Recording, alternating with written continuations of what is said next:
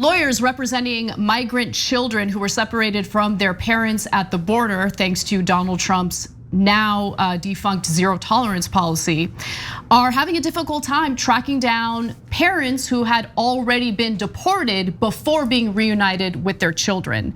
So about 2/3 of the children that they're working with have been deported to Central America. Their parents have been deported to Central America without their children. So 545 children are not able to find their parents right now. And this is with the help of the ACLU, this is with the help of lawyers and organizations that are desperately trying to reunite them with their parents. The ACLU and other organizations that are part of a court-appointed steering committee learned that more than 1,000 families were separated in 2017 based on data that was provided by the Department of Homeland Security. Of those, the committee has been able to contact the parents of more than 550 children, but believes about 25 of them may have a chance to come back to the United States for reunification. So again, 545 children still have not been reunited with their parents because we can't find them, because they were already deported. It's just one of the most horrific, disgusting stories ever. And luckily, we have these amazing organizations that are really dedicating themselves and will stop at nothing to find these parents. In some cases, parents were found, but the conditions that they're living in their home countries are so bad that they actually opted to keep their children here in the United States. I mean, that's desperation.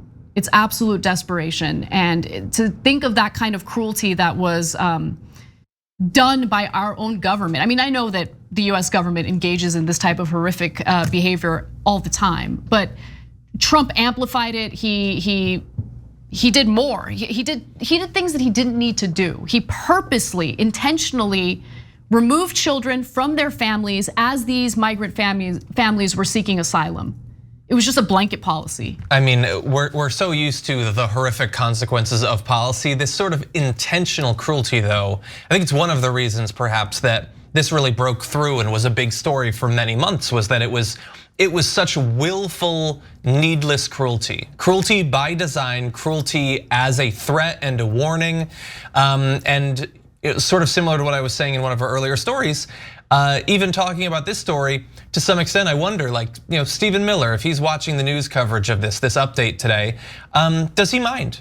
Or is this just him getting a little bit more money for his policies worth? Like, he wants them to see that, no, we weren't able to reunite all these families. He wants people in other countries who are thinking about perhaps trying to make that incredibly dangerous journey. And along the way, you might get victimized in a variety of ways. You might get assaulted, you might get killed. And now they'll be even more scared, because despite the best efforts of groups like the ACLU and others, hundreds of families are never gonna be reunited. Those kids are gonna be affected for the rest of their lives, the parents as well.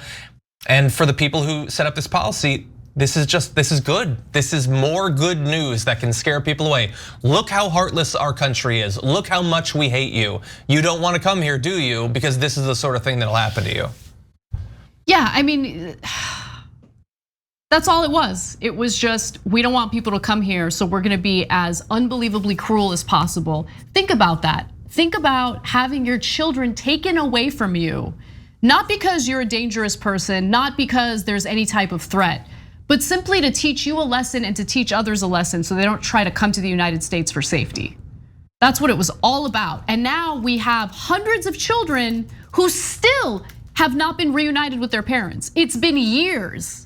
Where in 2020, they were separated from their parents in 2017, and they're still not reunited. They don't know where their parents are. How terrifying and unbelievable is that? Thanks for watching The Young Turks, really appreciate it. Another way to show support is through YouTube memberships. You'll get to interact with us more. There's live chat emojis, badges. You've got emojis of me, Anna, John, JR, so those are super fun. But you also get playback of our exclusive member-only shows and specials right after they air. So all of that, all you gotta do is click that join button right underneath the video. Thank you.